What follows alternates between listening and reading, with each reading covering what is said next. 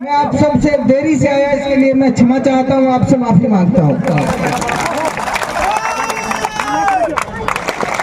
मैं सलाम करता हूं इस इलाके के तमाम उन नौजवानों को, तमाम जिम्मेदार लोगों को जो आज भी बिरादरी के फैसले का इतना बड़ा मान रखते हैं, उलमाओं के और संतों के फैसले का इतना बड़ा मान रखते हैं। मैं आप सबका दिल से धन्यवाद देता हूं, आप सबका आभार व्यक्त करता हूं। साथियों, बहुत संक्षिप्त में मैं कोशिश करूंगा मैं आप तक पहुंच पाऊं। मैंने करीब 15 साल दिल्ली की बड़ी बड़ी कंपनियों में और देश के बड़े बड़े ओहदेदार लोगों के साथ बैठना उठना मेरा रहा। इस सब में मैंने इतना जाना समझा कि अगर किसी इलाके को, किसी मुल्क को, किसी समाज को अगर आगे बढ़ाना है तो उसके नेताओं का, उसके जिम्मेदारों का ठीक होना सबसे अहम है, सबसे जरूरी है। और जब ये देखा कि यार अगर सबसे जरूरी ये है, इस इलाका, हमारा इलाका दिल्ली और गुड़गांव से बिल्कुल सटा हुआ इलाका है और देश में सबसे पिछड़ा हमारा इलाका है। इसकी दुख, इसकी पीड़ा मैंने दिल्ली और दिल्ली के बाहर जब मैं रहा तो मैंने रोजाना महसूस की कि दिल्ली से इतना नजदीक लगता हुआ इलाका और वो इलाका जिसमें मुसलमानों की अक्सरियत है और जिनके नबी, जिनके पैगंबर उनको संदेश देकर गए कि माँ की पेट से और कब्र के गड्ढे तक आपको तालीम हासिल करनी है, आपको इल्म हासिल करना है।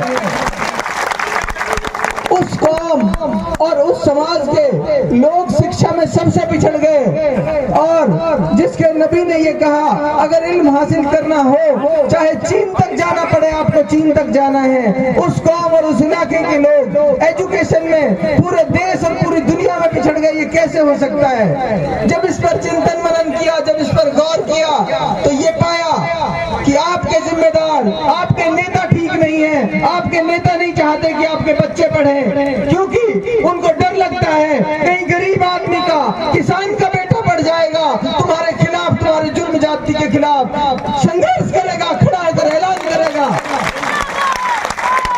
साथियों, मैं मुबारकबाद देता हूं आपको। आपका बेटा जिसने आपका इतिहास पढ़ा है, आपकी विरासत को जाना समझा है, उसको पता था कि ये वो कौम, वो इलाका है जिसने आजादी के संग्राम में सारे देश से ज्यादा मुल्क को बचाने के लिए कुर्बानी दी है, वो इलाका, वो कौम है। मैं आपका इतिहास, अपने बाप दादाओं की कहानियां जानता था, इसलिए मुझे पता था मैं संघर्ष करूंगा, हर हाल में संघर्ष का रास्ता अपनाया। मैंने कहा इन चोरों को, इन लुटेरों को इनके सामने खड़ा होकर चुनौती देंगे, अपने लोगों के सामने जाके हाथ जोड़ेंगे, उनके पैर पकड़ेंगे, उनको समझाएंगे ये हमदर्द नहीं है आपके, ये सबसे बड़े गद्दार है इस इलाके के, इस कौम के। माफी चाहता हूं, लेकिन मैं आपको बताना चाहता हूं, आपके बेटों को, आपके बच्चों को इसलिए नहीं पढ़ने देना चाहते क्योंकि आपके पास पढ़ने से पैसा आएगा। पैसा आएगा तो हो सकता है आपके बेटे, आपके बच्चे ये ख्वाब देखें कि क्यों नहीं मैं भी इस विधायक बन सकता इस इलाके का, क्यों मैं नहीं इस इलाके का प्रधान बन सकता। आप सोच के देखें, इलाके में 2 सीटें हैं प्रधान की दोनों सीटें उनकी कोख से निकले हुए बच्चे बने प्रधान। ये कहां का इंसाफ है? ये कहां का न्याय है? आप बोलेंगे नहीं, आप सोचेंगे नहीं। सोचिए, हमारे और आपके भाई बहन पूरी जिंदगी जिंदाबाद कहने के लिए पैदा हुए। मैं आपका भाई आपसे वादा करके जा रहा हूं, आपका बेटा आपसे वादा करके जा रहा है। आप लोगों ने जिस तरह का मान सम्मान प्यार मुझे दिया है, यकीन मानिए आपका बेटा बड़ी तादाद से, बड़े बहुमत से विधानसभा में पहुंच रहा है। लेकिन इसके साथ आपसे वादा करके जा रहा हूं, आपका बेटा विधायक बनेगा। मेरे परिवार से, मेरे खानदान से कोई आदमी पूरे जीवन भर न प्रधान बनेगा न कोई दूसरा पद लेगा, पूरे जीवन भर प्रधान कोई बनेगा। मेरे इलाके का कोई नौजवान, कोई काबिल बेटा आपके इलाके का।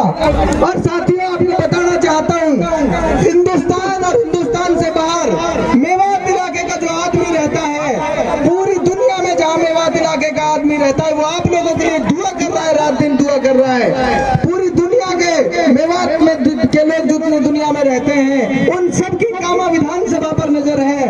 आप सब पूरी ताकत अगले 10 दिन लगा लगा दीजिए पूरी ताकत, गांव गांव निकल जाइए, एक एक आदमी को समझाइए, एक एक आदमी को मनाइए।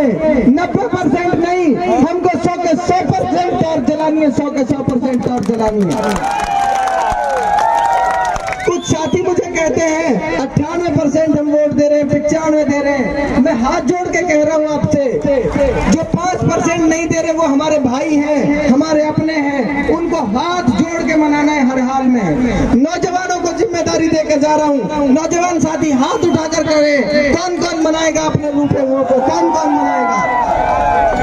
आज से और अभी से एक एक आदमी के पैर पकड़ने पड़े, पैर पकड़िए, हाथ जोड़ने पड़े, हाथ जोड़िए, उनसे कहिए सिर्फ 5 साल हमारे भाई को दे दो, सिर्फ 5 साल, कुछ नहीं बिगड़ेगा, 5 साल देख लेना, उसके बाद दोबारा तय कर लेना किसने ज्यादा अच्छा किया, किसने नहीं किया।